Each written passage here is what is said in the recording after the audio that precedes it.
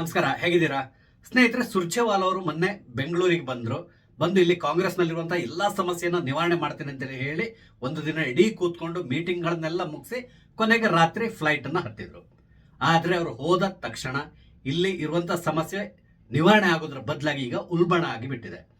ಅವರು ಈಗಾಗಲೇ ಹೇಳಿದ್ದಾರೆ, ಎಲ್ಲಿಯೂ ಕೂಡ ಪಕ್ಷದ ಶಿಸ್ತನ್ನ ಮೀರಬಾರದು, ಬಹಿರಂಗವಾಗಿ ಪತ್ರಕರ್ತರ ಎದುರುಗಡೆ ಯಾವುದೇ ರೀತಿಯಾದಂತಹ ಹೇಳಿಕೆಯನ್ನು ಕೊಡಬಾರದು, ಏನಿದ್ರು ಪಕ್ಷದ ಚೌಕಟ್ಟಿನೊಳಗಡೆ ಅಂದ್ರೆ 4 ಗೋಡೆ ಮಧ್ಯೆ ಕೂತ್ಕೊಂಡು ನಾವು ನಮ್ಮ ಸಮಸ್ಯೆನ ಪರಿಹಾರ ಮಾಡ್ಕೋಬೇಕು.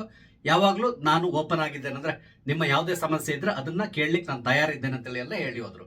ಆದ್ರೆ ಇವತ್ತು ಸತೀಶ್ ಜಾರಕಿಹೊಳಿ ಅವರು ಇದನ್ನೆಲ್ಲ ಮೀರಿ ಪತ್ರಿಕಾಗೋಷ್ಠಿಯನ್ನ ನಡೆಸ್ಬಿಟ್ರು. ಪತ್ರಿಕಾಗೋಷ್ಠಿಯನ್ನ ನಡೆಸೋದ್ರ ಮುಖಾಂತರ ಹೈಕಮಾಂಡ್ಗೆ ಒಂದು ರೀತಿ ಸಡ್ಡು ಹೊಡೆದ್ಬಿಟ್ಟಿದ್ರು. ಈಗ ಯಾವ ಪರಿಸ್ಥಿತಿ ಬಂದಿದೆ ಅಂದ್ರೆ ಡಿ.ಕೆ. ಶಿವಕುಮಾರ್ ಅವರಿಗೆ ನಾನಾ ಅಥವಾ ನೀನಾ ಅನ್ನುವ ಮಟ್ಟಕ್ಕೆ ಸತೀಶ್ ಜಾರಕಿಹೊಳಿ ಅವರು ತೊಡೆ ತಟ್ಟಿ ನಿಂತುಬಿಟ್ಟಿದ್ದಾರೆ. ಇದನ್ನೆಲ್ಲ ನೋಡ್ತಾ ಇದ್ರೆ ಈ ಬೆಳಗಾವಿ ರಾಜಕೀಯದ ಕಿಡಿ ಇದೆಯಲ್ಲ, ಅದು ಈ ಹಿಂದೆ ಸಮ್ಮಿಶ್ರ ಸರ್ಕಾರವನ್ನ ಯಾವ ರೀತಿ ಬೀಳಿಸ್ತೋ ಅದೇ ಪರಿಸ್ಥಿತಿಗೆ ಈ ಬಾರಿ ಈ ಕಾಂಗ್ರೆಸ್ ಸರ್ಕಾರ ಹೋಗ್ತದೆ ಅನಿಸ್ತಾ ಇದೆ. ಇದಕ್ಕೆ ಪುಷ್ಟಿ ಕೊಡೋ ರೀತಿಯಲ್ಲಿ ಇವತ್ತು ಸತೀಶ್ ಜಾರಕಿಹೊಳಿ ಅವರ ಅಣ್ಣನಾದಂತಹ ರಮೇಶ್ ಜಾರಕಿಹೊಳಿ ಅವರು ಕೂಡ ಸತೀಶ್ ಜಾರಕಿಹೊಳಿ ಅವರ ಪರವಾಗಿ ಮಾತಾಡಲಿ ಶುರು ಮಾಡಿದ್ರು. ಇಷ್ಟು ದಿನ ಅವ್ರು ಎಲ್ಲಿಯೂ ಮಾತಾಡಿರ್ಲಿಲ್ಲ. ಆದ್ರೆ ಇವತ್ತು ಅವ್ರು ನೇರವಾಗಿ ಹೇಳಿದ್ದಾರೆ, ಸತೀಶ್ ಜಾರಕಿಹೊಳಿ ಇನ್ಮೇಲೆ ಸುಮ್ಮನೆ ಇರಬಾರದು, ನೇರವಾಗಿ ಯುದ್ಧಕ್ಕೆ ಇಳಿಲೇಬೇಕು, ನಿನ್ಗೆ ಏನ್ ಬೇಕೋ ಅದನ್ನ ನೀನ್ ಪಡಿಬೇಕು ಅನ್ನುವ ರೀತಿಯಲ್ಲಿ ತಮ್ಮನನ್ನ ಪ್ರೋತ್ಸಾಹಿಸ್ತಾ ಇದ್ದಾರೆ. ಇದನ್ನೆಲ್ಲ ನೋಡಿದ್ರೆ ಖಂಡಿತವಾಗಿ ಅರ್ಥ ಆಗ್ತದೆ, ಮುಂದಿನ ದಿನಗಳಲ್ಲಿ ಕಾಂಗ್ರೆಸ್ನಲ್ಲಿ ಬಹುದೊಡ್ಡದಾದಂತಹ ಸಮಸ್ಯೆ ಆಗುವ ಸಾಧ್ಯತೆಗಳಿದೆ. ಇದೆಲ್ಲದಕ್ಕೂ ಮೂಲ ಆಗೋದು ಪುನಃ ಲಕ್ಷ್ಮೀ ಹೆಬ್ಬಾಳ್ಕರ್. ಅಂದ್ರೆ ಈ ಹಿಂದೆ ಏನ್ ನಡೆದಿದೆ ಕಳೆದ ಸಮ್ಮಿಶ್ರ ಸರ್ಕಾರದಲ್ಲಿ, ಅದೇ ರೀತಿ ಈ ಬಾರಿ ಕೂಡ ಆಗ್ತದೆ. ಅದರಲ್ಲೂ ಮುಂದುವರೆದು ರಮೇಶ್ ಜಾರಕಿಹೊಳಿ ಅವರು ಹೇಳಿದ್ರು, ಡಿ.ಕೆ. ಶಿವಕುಮಾರ್ ಈ ಹಿಂದೆ ಕೂಡ, ನಾನು ಕೂಡ ಸಚಿವನಾಗಿದ್ದಾಗ ಅಥವಾ ನಾನು ಶಾಸಕರಾಗಿದ್ದಾಗ ಬಹಳಷ್ಟು ಪ್ರಯತ್ನ ಪಟ್ಟಿದ್ರು ಬೆಳಗಾಂಗೆ ಎಂಟರ್ ಆಗ್ಲಿಕ್ಕೆ. ಆದ್ರೆ ನಾನು ಅವ್ರನ್ನ ಬೆಳಗಾಂಗೆ ಕಾಲಿಡ್ಲಿಕ್ಕೆ ಬಿಟ್ಟಿಲ್ಲ, ಅವ್ರನ್ನ ಎಲ್ಲಿಡ್ಬೇಕೋ ಅಲ್ಲೇ ಇಟ್ಟಿದ್ದೆ.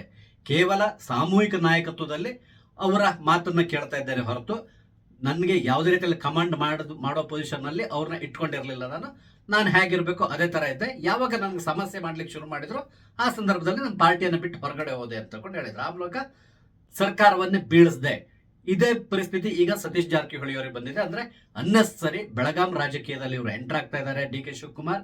ಅದಕ್ಕೆ ಕಾರಣ ಎಲ್ಲರಿಗೂ ಗೊತ್ತಿರುವಂತಹದ್ದೇ, ಸಂಪೂರ್ಣ ಬೆಳಗಾವಿಯನ್ನ ತನ್ನ ಶಿಷ್ಯಾದಂತಹ ಲಕ್ಷ್ಮೀ ಹೆಬ್ಬಾಳ್ಕರ್ ಅವರಿಗೆ ಕೊಡ್ಲಿಕ್ಕೆ ಇವರು ಹೊರಟಿದ್ದಾರೆ.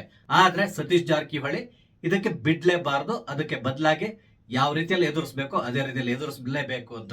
ಇದರೆಲ್ಲೋದ್ರ ನೋಡಿ ಸತೀಶ್ ಜಾರಕಿಹೊಳಿ ಅವರು ಕೂಡ ಒಂದು ಪತ್ರಿಕಾಗೋಷ್ಠಿಯನ್ನ ನಡೆಸಿ ನೇರವಾಗಿ ಹೇಳಲಿ ಶುರು ಮಾಡಿದ್ದಾರೆ, ನಾನು ಅಧ್ಯಕ್ಷ ಗಾದಿಗೆ ಕಾಂಪಿಟೇಟರ್, ನಾನು ಈಗಾಗಲೇ ನನ್ನ ಮನವಿಯನ್ನ ಇಟ್ಟಿದ್ದೇನೆ ಹೈಕಮಾಂಡ್ ಎದುರುಗಡೆ, ನೋಡೋಣ ಸ್ವಲ್ಪ ದಿನ ನಾನು ಕೂಡ ಕಾಯ್ತೇನೆ. ಇಷ್ಟೆಲ್ಲ ಆದ್ಮೇಲೂ ಕೂಡ ನನಗೆ ಸರಿಯಾದ ರೀತಿಯಲ್ಲ ಸ್ಥಾನಮಾನ ಸಿಕ್ಕಿಲ್ಲ ಅಂತ ಹೇಳಿದ್ರೆ, ಅಂದ್ರೆ ಅಧ್ಯಕ್ಷ ಗಾದಿ ಸಿಕ್ಕಿಲ್ಲ ಅಂತೇಳಿ ಹೇಳಿದ್ರೆ ನನ್ನ ದಾರಿ ನನಗೆ ಅನ್ನುವ ರೀತಿಯಲ್ಲೇ ಮಾತಾಡಿದ್ದಾರೆ. ಇಲ್ಲಿ ಒಂದೊಂದು ನಿಮ್ಗೆ ಅರ್ಥ ಆಗ್ತದೆ, ಸತೀಶ್ ಜಾರಕಿಹೊಳಿ ಈಗಾಗಲೇ ಒಂದು ಕಾಲನ್ನ ಪಾರ್ಟಿಯಿಂದ ಹೊರಗಡೆ ಇಟ್ಬಿಟ್ಟಿದ್ದಾರೆ ಅನಿಸ್ತಾ ಇದೆ. ಅಂದ್ರೆ ಏನು ಕೂಡ ಆಗುವ ಸಾಧ್ಯತೆಗಳಿರ್ತದೆ. ಈ ಹಿಂದೆ ಕೂಡ ಅವರು ಹಲವಾರು ಬಾರಿ ಹೇಳ್ಕೊಂಡಿದ್ದಾರೆ, ನನಗೆ ನಿತಿನ್ ಗಡ್ಕರಿ ಅವ್ರ ಜೊತೆಗೆ ತುಂಬಾ ಅತ್ಯುತ್ತಮವಾದ ಸಂಬಂಧ ಇದೆ, ಹಲವಾರು ಬಾರಿ ನಾನು ಅವ್ರನ್ನ ಭೇಟಿ ಮಾಡಿದ್ದೇನೆ, ಬೇರೆ ಬೇರೆ ವಿಷಯಗಳಿಗೆ ಭೇಟಿ ಆದಾಗ ಸಾಮಾನ್ಯವಾಗಿ ರಾಜಕೀಯ ಚರ್ಚೆ ನಡೀತದೆ, ಅದರಲ್ಲಿ ಏನು ವಿಶೇಷ ಇಲ್ಲ ಅಂತ ಹೇಳಿದ್ದಾರೆ. ಸತೀಶ್ ಜಾರಕಿಹೊಳಿ ಅವರು ಡಿ.ಕೆ. ಶಿವಕುಮಾರ್ ಎದುರುಗಡೆ ಯುದ್ಧಕ್ಕೆ ನಿಂತು ಬಿಟ್ಟಿದ್ದಾರೆ. ಆದ್ರೆ ಇಲ್ಲಿ ಸತೀಶ್ ಜಾರಕಿಹೊಳಿ ಅವರು ಹಿಂದಿರೋದು ಬೇರೆ ಇನ್ಯಾರು ಅಲ್ಲ, ಸಿದ್ದರಾಮಯ್ಯನವರೇ. ಆದ್ರೆ ಇಲ್ಲಿರುವಂತಹ ಸಮಸ್ಯೆ ಏನು ಅಂತ ಹೇಳಿದ್ರೆ, ಮುಂದಿನ ದಿನಗಳಲ್ಲಿ ಬಹುಶಃ ಸಿದ್ದರಾಮಯ್ಯನವರ ಕೈ ಮೀರಿ ಹೋಗುವಂತ ಸಾಧ್ಯತೆಗಳು ಕೂಡ ಇದೆ. ಅಂದ್ರೆ ರಾಜಕೀಯದಲ್ಲಿ ಗೊತ್ತಲ್ಲ, ಏನೋ ಮಾಡ್ಲಿಕ್ಕೆ ಹೊರಡ್ತಾರೆ, ಆದ್ರೆ ಅದು ಬೇರೆ ಇನ್ನೇನೋ ಆಗುವ ಸಾಧ್ಯತೆಗಳು ಕೂಡ ಇರ್ತದೆ. ಇಲ್ಲಿ ಮುಖ್ಯವಾಗಿ ಡಿ.ಕೆ. ಶಿವಕುಮಾರ್ ಮತ್ತೆ ಲಕ್ಷ್ಮೀ ಹೆಬ್ಬಾಳ್ಕರ್ ಅವ್ರನ್ನ ಮಟ್ಟ ಹಾಕ್ಲೇಬೇಕು ಅಂತಕೊಂಡು ಸತೀಶ್ ಜಾರಕಿಹೊಳಿ ಅವರು ಇಳಿದಿದ್ದಾರೆ. ಆದ್ರೆ ಒಂದ್ ವೇಳೆ ಅದ್ರಲ್ಲಿ ಅವ್ರು ಫೇಲ್ಯೂರ್ ಆದ್ರೆ ಮುಂದಿನ ದಿನಗಳಲ್ಲಿ ಬಹುಶಃ ನನ್ಗನ್ಸ್ತಾ ಇದೆ ಇವರು ಪಕ್ಷವನ್ನೇ ಬಿಟ್ಟು ಆ ಕಡೆ ಹೋದ್ರು ಹೋಗ್ಬೋದು. ಅಂದ್ರೆ ಈಗಾಗಲೇ ಬಿಜೆಪಿ ಇಲ್ಲಿ ನಡೀತಿರುವಂತ ಎಲ್ಲಾ ವಿದ್ಯಮಾನಗಳನ್ನ ಅಬ್ಸರ್ವ್ ಮಾಡ್ತಾ ಇರ್ತಾರೆ, ತಾವಾಗೆ ಯಾವುದಕ್ಕೂ ಇಂಟರ್ಫಿಯರ್ ಆಗಬಾರ್ದು, ಏನಾದ್ರೂ ಆದ್ರೆ ಆಗ್ಲಿ, ಆಗ ನಾವು ರಂಗಕ್ಕೆ ಎಂಟರ್ ಆಗೋಣ ಅಂತ ಕೂಡ ಕಾಯ್ತಾ ಇದ್ದಾರೆ. ಬಹುಶಃ ಮುಂದಿನ ದಿನಗಳಲ್ಲಿ ಅದ್ ನಡೆದ್ರೇನು ಅಚ್ಚರಿ ಪಡಬೇಕಾಗಿಲ್ಲ. ಆಗ ಕಾಂಗ್ರೆಸ್ ಕೂಡ ಹೇಳುವ ಹಾಗಿಲ್ಲ, ನಮ್ಮ ಶಾಸಕರನ್ನ ಕದ್ಕೊಂಡು ಹೋದ್ರು, ಅದು ಮಾಡಿದ್ರು ಇದು ಮಾಡಿದ್ರು ಅಂತೇಳಿ ಇವರು ಕಣ್ಣೀರ್ ಹಾಕ್ಬೇಕಾದಂತ ಅವಶ್ಯಕತೆ ಇರಲ್ಲ. ಯಾಕಂದ್ರೆ ಇವರೇ ಮಾಡ್ಕೊಂಡಿರುವಂತ ಸಮಸ್ಯೆಗೆ ಇವರೇ ಬೆಲೆ ತೆರಬೇಕಾಗಿ ಬರ್ತಾ ಇದೆ.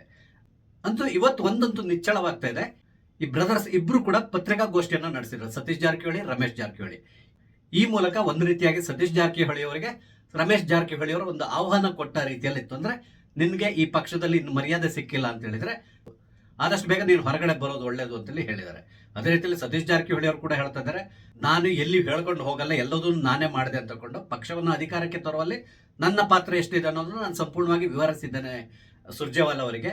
ಅದೇ ರೀತಿಯಲ್ಲಿ ಅವರೊಂದು ಲಿಸ್ಟನ್ನ ಕೂಡ ಕೊಟ್ಟಿದ್ದಾರಂತೆ. ಹೆಚ್ಚು ಕಡಿಮೆ ಒಂದು 50-60 ಜನ ಶಾಸಕರ ಬೆಂಬಲದ ಒಂದು ಲಿಸ್ಟನ್ನ ಕೂಡ ಅವ್ರಿಗೆ ಕೊಟ್ಟಿದ್ದಾರಂತೆ. ಯಾವಾಗ ಬೇಕಾದ್ರೂ ನೀವು ಅವ್ರನ್ನ ಕರೆದು ಕೇಳಬಹುದು, ಅವ್ರು ಯಾರನ್ನ ಬೆಂಬಲಿಸ್ತಾರೆ ನೀವು ನೋಡಿ ಅಂತ ಹೇಳ್ಕೊಂಡು ಕೂಡ ಹೇಳಿದ್ದಾರೆ ಅಂತ ಹೇಳ್ಕೊಂಡು ಕೂಡ ಹೇಳ್ತಾ ಇದ್ದಾರೆ.